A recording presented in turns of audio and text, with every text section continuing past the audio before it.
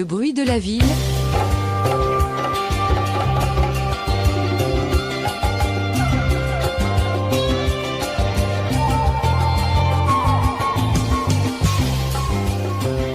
Radio Cerise. Bonjour à tous, bonjour Véronique. Bonjour. Véronique, c'est la deuxième fois qu'on se voit pour parler de psychanalyse et de problématiques un peu sociétales. Et puis la semaine dernière, on a parlé de ton travail de psychanalyste. Aujourd'hui, on va aller un petit peu plus du côté des adolescents, de l'adolescence. Alors l'adolescence, c'est un statut qui n'a pas toujours existé d'ailleurs. Hein. C'est un statut qui a été créé dans les années, pendant la guerre, je crois, à peu près, hein, où on a donné un statut, on passait d'enfant à adulte très très vite, et puis maintenant on est devenu des adolescents, c'est un peu la période entre les deux. Mais ce statut, il a évolué avec la société, et aujourd'hui nos adolescents sont plus les mêmes que nous étions, et ceux d'avant. Alors c'est quoi l'adolescence en psychanalyse, en psychologie c'est quoi l'adolescent ? Alors, c'est qui ? C'est une période de notre vie où nous avons besoin, pour finir de nous construire psychiquement, de nous séparer de nos parents. C'est pour ça que ça clash un peu dans les familles. Eh oui. C'est-à-dire que l'enfant qui a été dans des modèles d'identification avec ses parents va maintenant vouloir plus rien. Et il a besoin de s'identifier à ses pairs et à certains autres adultes, éventuellement. Et donc, il y a une attirance, une attraction très forte vers le groupe. Et les parents ne reconnaissent plus leur petit chéri. En se disant, qu'est-ce que c'est que ça ? Il devient un animal étrange. Et j'ai vraiment envie de dire, parce que moi, je ne reçois plus d'adolescents, mais je reçois des parents d'adolescents qui sont complètement perdus. Et donc, j'ai vraiment envie de leur dire tout le temps, faites-leur confiance. En fait, l'éducation, elle a été faite. Les bases ont été données dans la petite enfance, dans la grande enfance, on va dire. Et là, ils ont besoin de trouver par eux-mêmes leurs propres réponses, leurs propres modèles. Ils vont se tromper, ils vont faire des machines arrière. Et au plus on leur fait confiance, tout en étant là. Donc ça, c'est subtil. Il ne faut pas non plus complètement lâcher prise en disant « débrouille-toi, tu reviendras quand tu seras adulte ». Mais vraiment, continuer d'être là, faire confiance, pas être trop intrusif et vraiment inconditionnellement là. C'est-à-dire que même si l'adolescent nous rentre dedans, de l'accueillir sans trop... Bon, on peut poser des limites, bien sûr, on peut dire ce que ça nous fait, mais pas non plus l'humilier. C'est souvent ça, la difficulté, c'est que les parents vont essayer d'enfermer l'ado et vont l'humilier. T'es pas assez ceci, t'es pas cela, parce qu'il y a aussi tous les modèles de projection des parents sur leurs enfants, l'enfant idéal qu'ils auraient voulu avoir. Et là, ils se rendent compte que pas du tout. Et accepter ça, c'est pas simple pour le parent. Et vraiment, c'est la seule chose à faire. C'est trop tard, là, pour la coercition. C'est vraiment trop tard. Par contre, laissez le téléphone en route, parce que l'ado, s'il a une galère, il peut appeler, on va venir le chercher sans lui passer un savon. Ça, c'est important. Et en adolescence, ça commence à quel âge aujourd'hui ? C'est quoi ? Qu'est-ce qu'on considère comme un adolescent ? Quoi, c'est 12 ans, c'est 14, c'est quoi ? Ça dépend beaucoup des enfants. Oui, c'est pas, il n'y a pas de chiffre. Ouais, il y en a pour qui ça commence à 9 ans, surtout les filles, Ah elles oui sont un peu plus précoces. Donc à 9 ans, elles commencent à avoir des réactions d'adolescentes. Et puis, et ça va s'arrêter pour elles vers, 16, 17 ans. Et les garçons, donc les filles, je dirais plutôt globalement 11-12 ans, jusqu'à 16-17 ans. Et les garçons, des fois, ça commence à 16-17 ans. Et ça va durer jusqu'à 20-25. Ah oui. Oui, donc c'est très variable. Ouais. Alors les problématiques aujourd'hui sont pas tout à fait les mêmes que celles qu'on a connues dans les années 60, 70, 80, 90, 2000. Là, on a l'apparition de beaucoup de choses, dont les réseaux sociaux, quand même, qui sont un point névralgique quand même pour tous les adolescents, enfin pour tout le monde, mais en particulier à cette période-là où on est hyper influençable, où on se cherche. Qu'est-ce qu'on peut en dire de cette problématique ? C'est pareil, c'est très complexe. Alors, nous nous souvenons, notre génération, d'avoir passé des heures au téléphone, à peine sortis du collège ou du lycée pour parler avec les copains et les copines, et les parents qui râlaient parce qu'à ce moment-là, c'était payant à la minute. Oui, c'est vrai. Alors maintenant, il n'y a plus ça, mais on va sur des groupes. En fait, pour moi, la communication, comme je disais, ils ont besoin de s'identifier à leur père, les amitiés sont très puissantes, donc vouloir communiquer tout le temps avec les copains, les copines, c'est juste absolument normal. Le problème des réseaux sociaux, c'est le groupe. C'est-à-dire qu'il y a vraiment, là, on rentre dans une autre facette du psychisme humain qui sont les phénomènes de groupe, qui peuvent très vite monter dans la violence, dans le harcèlement. Il y a très vite des phénomènes de bouc émissaire. Dans un groupe, forcément, c'est bien dommage, hein, mais ça fonctionne comme ça dans nos sociétés, il y a un leader, un bouc émissaire, au moins. Donc c'est très difficile quand on est un peu sensible et qu'on va oser mettre quelque chose en ligne, et là, il y a les retours qui sont des claques. Et forcément, on est poursuivi à l'école et à la maison par ça ne s'arrête pas. Et c'est là où les parents doivent essayer d'être un peu attentifs. Un ado qui se rebelle, ok, un ado qui va mal, ça se voit quand même. Oui. Donc essayer de garder la communication, même s'ils n'ont pas envie, subtilement, et ils vont finir par le dire. Parce que en fait, par rapport aux générations précédentes, on peut dire qu'avant les réseaux sociaux, on pouvait à peu près identifier nommément un agresseur, ou en tous les cas dans le groupe on voyait qui était l'agresseur, ou en tous les cas le danger où il se situait. Aujourd'hui, avec les réseaux sociaux, c'est plus compliqué d'arriver à identifier d'où ça vient, Ouais. parce qu'il y a quelque chose d'assez opaque, et puis qui est du domaine du privé, que l'enfant retient. Oui. Donc c'est plus compliqué, donc il faut être extrêmement vigilant quand même. Oui, il faut être vigilant. Très attentif. Ne pas forcément, parce que je pense que ça serait blessant pour l'ado, pas aller lire ce qui a été mis en ligne, sauf s'il nous le propose, Bien sûr. en disant là j'ai reçu ça et ça et ça, ce qui serait le mieux. Mais peut-être expliquer à l'adolescent ou l'adolescente qu'est-ce que c'est que les phénomènes de groupe. Je sais plus là, mais il y a un texte Freud, mais c'est juste une demi-page c'est clair quoi. Enfin, dans un groupe il se passe ça et ça et ça et ça. Et finalement c'est peut-être le pire de l'humanité. Autant de personne à personne. Il peut y avoir des modes de compréhension, de l'empathie. Le groupe n'a pas d'empathie. Le groupe, il suit le leader. Et si le leader a décidé, cette personne-là, je veux l'écraser, le groupe suit. J'avais une amie qui était neurologue, qui a fait des études sur des sites complotistes ou des sites extrémistes pour certaines religions. Toutes les religions, hein, je ne sais pas. Bien sûr. Et en fait, elle y allait lire les chats sur les groupes de parole, et elle voyait des gens qui rentraient, qui disaient « Ah mais non, quand même, c'est pas possible, on ne peut pas dire ça ». En 3 semaines, ils étaient retournés. Et c'était les plus virulents. Donc voilà, c'est ça, le problème des réseaux sociaux. C'est pas la communication avec d'autres, ça c'est excellent. Oui. Mais voilà, ces phénomènes-là sont très dangereux en fait. Et les adultes déjà, moi ça m'est arrivé plein de fois de partir de groupe en me disant c'est n'importe quoi. On l'a tous vécu, oui. Mais les adolescents, comme ils ont besoin d'être intégrés dans le groupe, ça va être plus difficile pour eux de s'en extraire. Alors ça c'est l'aspect un peu négatif. Enfin, il y en a d'autres. Il y a la pornographie, par exemple, aussi, qui est un vrai problème, un fléau social aujourd'hui, où il n'y a pas l'éducation qui va avec. En fait, il n'y a pas la pédagogie. C'est juste une espèce de violence qu'ils perçoivent, eux, pas comme une violence d'ailleurs, hein, mais et ça, il y a un véritable danger. Alors, il y a des sites qui ont été fermés, que la loi a autorisé à faire interdire. Mais bon, on est encore loin du compte. Alors, qu'est-ce qu'on peut dire de ça ? C'est compliqué pour un adolescent de se construire aussi sexuellement par rapport à ces modèles-là, qui ne sont pas les modèles qu'on pourrait, auxquels on pourrait s'attendre dans une construction équilibrée. C'est ça. Avant, les gens allaient voir... alors, il y a longtemps, oui, il y avait les cinés. Au XXe siècle, il y avait des espèces de petites cartes postales. Oui, c'est vrai. Après, il y a eu les revues porno, les ciné-porno. Bon, mais c'était moins accessible à la maison par tout le monde. Bien sûr, oui. Et alors, le problème de la pornographie, c'est qu'elle est construite sur un modèle de société patriarcale. Absolument, oui. Donc, il y a énormément de violence. Il faut quand même savoir que c'est du cinéma, que les prises vont durer une journée entière, que les actrices sont sous antidouleur pour pouvoir supporter ce qu'elles vont devoir vivre. C'est vraiment un modèle de violence, et que l'acte d'amour n'a rien à voir avec ça.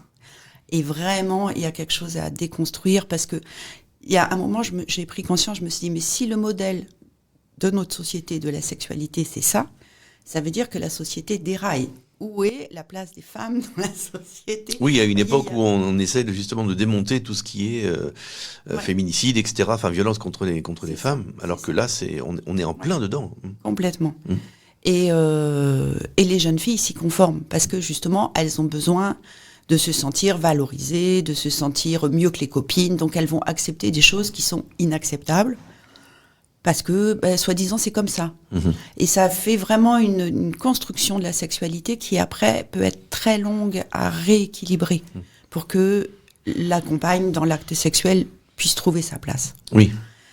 Et j'avais fait, alors ça c'était avant, quand j'étais danseuse, nous avions fait un projet dans des lycées qui s'appelait QCM amoureux. Et on a commandé à une autrice d'écrire un texte, c'était la bande-son du spectacle, avec une question et 4 ou 5 réponses autour de la vie sexuelle et amoureuse. Et ça commençait comme ça, je l'ai écouté hier, j'ai noté, ça commençait par « Êtes-vous amoureux ?» Oui, non, je ne sais pas, je ne sais plus, surtout pas. Si vous êtes amoureux, est-ce d'une personne, de plusieurs à la fois, d'une œuvre d'art, autre, etc., etc., etc. D'accord. Et donc, on faisait des ateliers d'écriture, les lycéens proposaient leurs textes, on les rajoutait dans la bande-son, puis le spectacle, puis des discussions. Et là, j'ai découvert que, en fait, les histoires d'amour, ça reste toujours des histoires d'amour. Oui. Et que eux, ce qu'ils disaient, quand on leur demandait qu'est-ce que c'est pour toi être amoureux, ils disaient, c'est avoir des papillons dans le ventre. Donc je me dis, tout va bien, rien n'est perdu. Et ce qui était très bien aussi pour eux, c'est qu'on leur parle de sexualité sans parler de risques. Parce que finalement, ils ont la pornographie d'un côté, avec toute sa violence, et ce qui se passe dans les écoles d'éducation à la sexualité, qui n'est pas une éducation à la sexualité, qui est une éducation aux maladies sexuellement transmissibles. Oui, c'est ça. C'est pas pareil. À la vigilance et oui. Voilà. Et bien sûr, c'est important, mais il y a aussi quand même, quand on aime quelqu'un, c'est un don de soi, dans les deux sens. On peut pas à la fois se protéger et se donner. Donc ils ont cette ambivalence-là. Et ils étaient tellement contents qu'on leur dise la sexualité, c'est de l'amour et c'est du plaisir. Voilà. Bien sûr, oui. Bien, alors, de la sexualité justement au phénomène de genre, il y a qu'un pas aujourd'hui, puisque c'est quelque chose qui apparaît un peu plus, comment dire, dans la société. C'est-à-dire que c'est pas que ça ait évolué, mais c'est pas que ce soit apparu d'un seul coup ou qu'il y en ait plus qu'avant. C'est juste que il y a peut-être le fait d'assumer un peu plus ça, mais ce qui crée aussi des tensions et des problèmes. Dans les familles, dans la société, dans les groupes. Oui, absolument. Ça, c'est un vrai problème, ça. Et quand on entend en ce moment aux États-Unis cette espèce de chasse aux transgenres, ça fait peur. Voilà. Oui. Et c'est vrai qu'ils ont une situation sociétale qui est extrêmement compliquée. C'est-à-dire qu'on commençait à peine à se dire « Ah oui, peut-être c'est possible et on va pouvoir accepter ça ». Et là, la porte se claque. Oui. Alors, pas partout, heureusement. Bien sûr. Moins dans les grandes villes. Je pense que là, à la campagne, c'est plus compliqué. Dans les grandes villes, c'est beaucoup plus accepté. Un peu plus accepté, oui. Mais en fait, on a du mal, en tant qu'hétérosexuel, à se rendre compte de la difficulté, déjà du chemin intérieur. Bien sûr, de la souffrance que ça représente, oui. D'arriver à intégrer cette norme-là ne me correspond pas, j'y arrive pas. J'essaye depuis des années, mais c'est pas possible. Et faire une transition ou pas, parce que ça peut aussi aller vers l'homosexualité, en sachant qu'on va s'attirer les regards haineux de la foule. Oui. Et je trouve ça beau cette acceptation dans la société. Ça bouge. Oui. Et il y a des retours en arrière parce qu'il y a des gouvernements qui se figent. Oui, puis il y a des peurs, en fait, tout simplement. Oui. Des peurs de l'autre. C'est ça. C'est aussi simple que ça, finalement. C'est ça, tout à fait. Mais c'est En fait, ce qui fait le plus peur aux êtres humains, c'est l'inconnu. Oui. La différence. Ce qu'on n'arrive pas à contrôler, à maîtriser, et qu'on ne comprend pas. C'est ça. Oui. J'ai souvenir, il y a longtemps, quand même, d'un adolescent qui était venu me voir, au moment où j'en recevais encore, qui était venu me voir complètement atterré, parce que ses parents l'avaient emmené chez le médecin quand ils ont découvert qu'il était homosexuel. Ah oui. Heureusement, le médecin lui a dit aux parents, je vois pas le problème. C'est pas une maladie. Ouais. Tout simplement. Et donc voilà, il y a quand même certaines familles où on en est encore là, et c'est énormément de souffrance pour là en l'occurrence. Oui, alors, il y a eu quand même un grand chemin qui a été fait sur l'homosexualité, puisque aujourd'hui le mariage homosexuel déjà il est accepté dans nos sociétés occidentale, et tant mieux. Donc ça choque plus personne. Même aujourd'hui, les coming out se font même dans les milieux politiques, et tant mieux. Mais il y a encore du boulot du côté des transgenres qui sont... Parce ce qu'on imagine mal, c'est la souffrance que ces gens endurent à l'intérieur, quoi. C'est déjà très compliqué de trouver sa place quand on est adolescent. Et a fortiori, quand on n'est pas dans le bon corps, c'est la double peine. Oui. Alors, il y a encore du chemin. Et souvent, les transitions mettent très longtemps à se faire.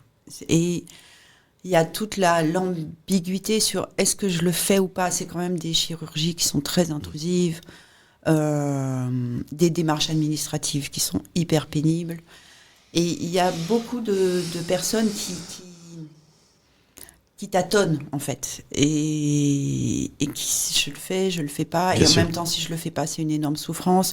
Si je le fais, je sais que ça va être un parcours du combattant. Et après, comment je vais vivre ? Bon, c'est des questions qui sont immenses, qui sont très personnelles. Là, du coup, j'aurais envie de dire que chaque personne qui se demande si il ou elle est sujet à une transidentité, aille voir, aille consulter pour un accompagnement.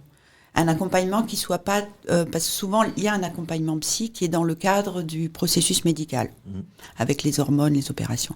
Mais là, il faut quand même savoir que ce psy-là, il est...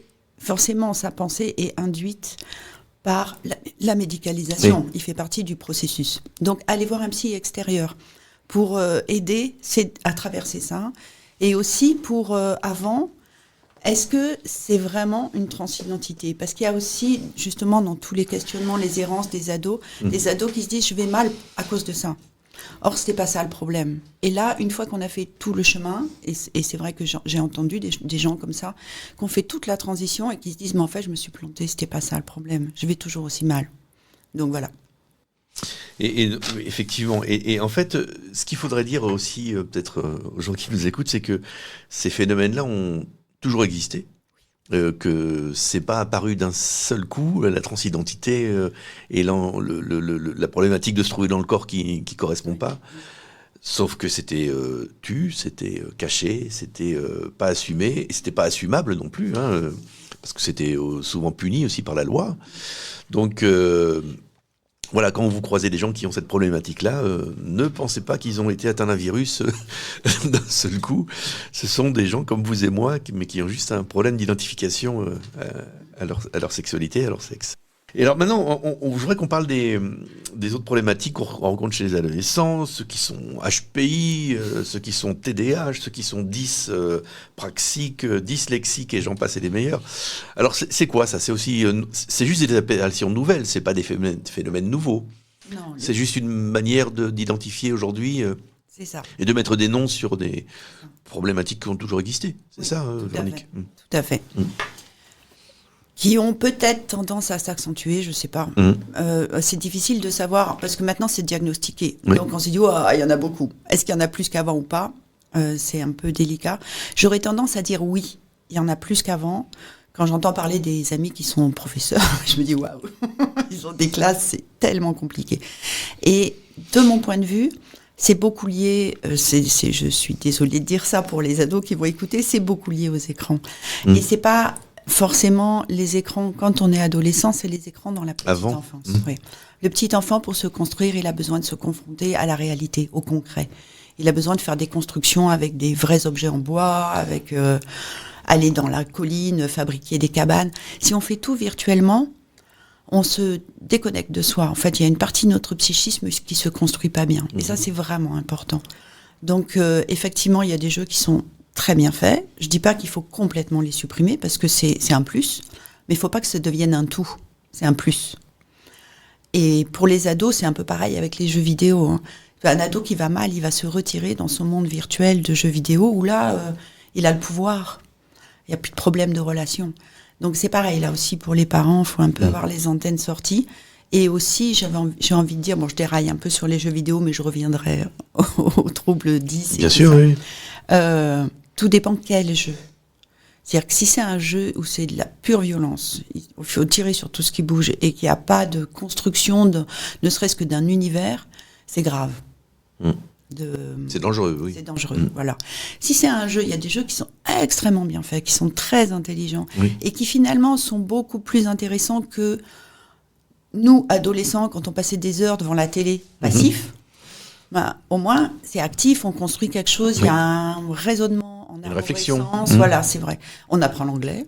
Et ça, vraiment, tous les ados, je recevais, je dis, tes jeux, tu les fais pas en VF, tu vas les faire en VO, parce que au moins, tu apprends l'anglais. Et il y a des ados qui sortent bilingues, en fait, grâce à ça. Donc, ça peut être très bien, mais c'est comme tout, ça dépend comment. Et effectivement, par exemple, pour le TDAH, trouble de l'attention avec ou sans hyperactivité, c'est ce que ça veut dire. Mais en fait, un enfant qui va passer toutes ses soirées sur ses écrans, très concentré sur son jeu, il est épuisé. Déjà, avec l'écran, physiologiquement, il y a des troubles du sommeil derrière. Et oui. Et il arrive en classe épuisé. Et un enfant épuisé, c'est un enfant énervé, qui va pas tenir en place, qui va pas pouvoir se concentrer, qui va perturber toute la classe. et donc, qui va développer des pathologies. Exactement. Et la réponse à ça, et c'est là où je suis très triste, la réponse à ça, c'est qu'on leur donne des médicaments. Et oui. Ça les calme. Et moi, je suis assez inquiète sur, dans 15, 20 ans, 30 ans, quels seront les effets secondaires de ces médicaments. En fait, ce sont des amphétamines qu'on leur donne à très faible dose. C'est vraiment... Bon, la médecine, c'est aussi des statistiques, on essaye des choses, on voit si ça marche ou pas. Il y a un médecin qui a eu l'idée d'essayer, un psychiatre, ça a marché, on continue. Mais je suis un peu inquiète. Et puis, ce qui me dérange aussi là-dedans, c'est qu'on met des étiquettes. C'est-à-dire qu'un gamin va dire « Ah ben moi, j'arrive pas à me concentrer, je suis TDAH. » Oui, c'est... Donc, que faire? C'est ça. Moi, j'en ai entendu un dans la rue, il y a pas très longtemps, qui disait à son copain « Moi, j'étais à 2 doigts d'être HPI. » Voilà. J'ai trouvé ça drôle. Ça pouvait faire l'objet d'un dialogue de film, d'un sketch. J'ai à 2 doigts d'être HPI. Alors, c'est quoi les 2 doigts? On ne sait pas, mais voilà. Oui, en fait, c'est ça. C'est qu'on a effectivement étiqueté un petit peu tout ça, et du coup, chacun s'octroie une pathologie ou pas, histoire d'exister aussi autrement et un peu plus. Mais c'est vrai que ça pose des problèmes. Je voulais revenir juste sur un phénomène aussi qui est le phénomène du sommeil, où on s'aperçoit aussi que les adolescents dorment beaucoup moins que les générations précédentes. Donc il y a des couchers tard, et donc on parlait des problèmes d'attention et de fatigue et d'incapacité de concentration. Alors en dehors des écrans, il y a aussi ce phénomène-là. Et de pas contrôler le temps d'écran aussi, c'est aussi problématique. Peut-être qu'un téléphone devrait jamais être dans la chambre d'un adolescent le soir. Enfin voilà, ça, c'est un point de vue très personnel, qui a peut-être des moments pour tout, et qu'à partir du moment où il est dans sa chambre, le téléphone, il ne doit pas y être. Parce que ça, on ne contrôle pas. Une fois que les parents dorment, voilà. Oui, et puis justement, les réseaux sociaux, donc ça bip. C'est ça. On va voir. C'est ça. Et puis ça repart dans une discussion qui va durer des heures. Pour les jeux sur les ordis, c'est pareil. Il faudra arrêter un petit peu à une certaine heure. Alors, c'est pareil, c'est délicat, parce que là, du coup, on va aller à la confrontation. Toutes les familles se disputent à cause de ça. Et c'est dommage. Mais c'est pas un adolescent qui va se réguler en disant « Maintenant, demain matin, j'ai cours, faut que j'arrête. » Oui, bien sûr. Et des fois, c'est vraiment au cas par cas. Des fois, c'est pas mal de les laisser se planter 1 ou 2 semaines et se rendre compte qu'en fait, la journée, il tient juste plus debout, il va se réguler tout seul, ou elle va se réguler tout seul. Mais là, il faut quand même quelqu'un qui ait une assez bonne construction. Donc, tout dépend de ce qui s'est passé aussi dans l'enfance. Et sinon, il faut arrêter. Il faut débrancher les box, il faut ranger les téléphones ailleurs et avoir un petit temps, un sas, parce que avant de trouver le sommeil, il va falloir quand même bien sûr 1 heure de redescendre pour pouvoir s'endormir. Et physiologiquement, quand même, ça c'est très important, les ados n'ont pas du tout le même cycle circassien que les enfants et les adultes. Un ado, physiologiquement, s'endort tard, se lève tard. Et donc, j'aurais envie de dire, changeons les horaires de l'école. C'est compliqué. Vaste débat, oui. Mais ça serait tellement mieux pour eux. Bon, alors Véronique, on va conclure un peu sur une note positive, parce qu'on peut se dire quand même que demain, les adolescents d'aujourd'hui, ce sont ceux qui vont gouverner, qui vont diriger ce monde, qui vont le construire.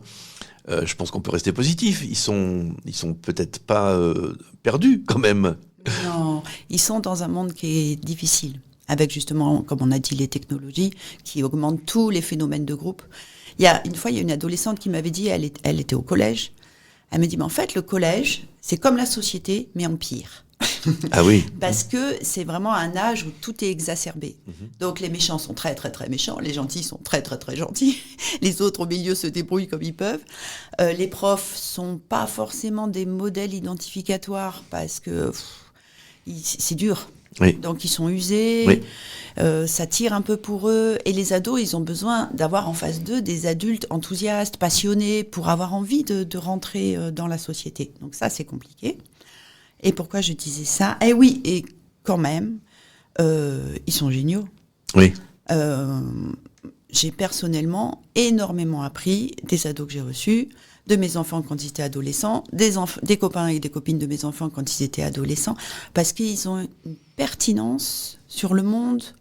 C'est comme si c'était un moment où leur regard s'ouvre sur la société. Et donc, ils vont renvoyer des choses, ils vont mettre le doigt juste là, où c'est... on avait pris l'habitude, on le voyait plus. On s'est dit, ah oui, quand même. Et du coup, les discussions avec elles sont très intéressantes. Et ça aussi, j'ai vraiment envie de dire à tous les adultes, écoutez-les. Sachez recevoir ce qu'ils vous renvoient. Sachez vous remettre en question. Parce que c'est pareil, on a tendance, l'adulte à le savoir, et c'est l'adulte qui va transmettre aux adolescents. Mais pas du tout. C'est une discussion, là. Et on a beaucoup à apprendre, et ils arrivent dans un monde qui, pour la première fois, en fait, depuis le début de l'humanité, la planète est en déclin, on a déplacé les ressources, déjà en juillet, c'est fini pour l'année, et ils savent qu'ils vont vivre dans un monde qui sera plus dur que celui de leurs parents. C'est ça, on laisse un monde qui est moins bien que celui dont on a hérité. Exactement. Et ça, ils en sont quand même extrêmement conscients, et... pas tous, parce que la société est vaste et les adolescents, c'est un large panel, mais beaucoup sont très pertinents sur qu'est-ce qu'il faudrait faire pour essayer de vivre au mieux dans ce monde-là.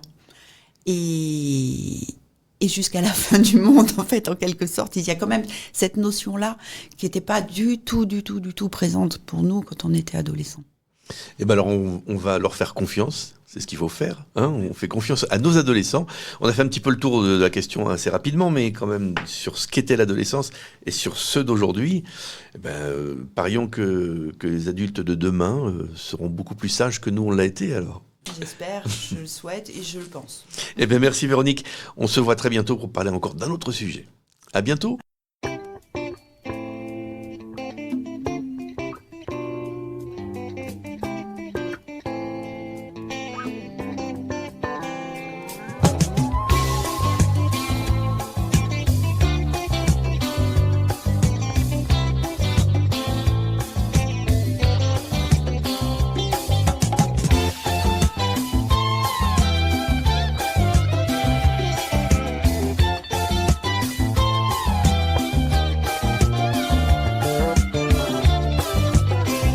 Le bruit de la ville.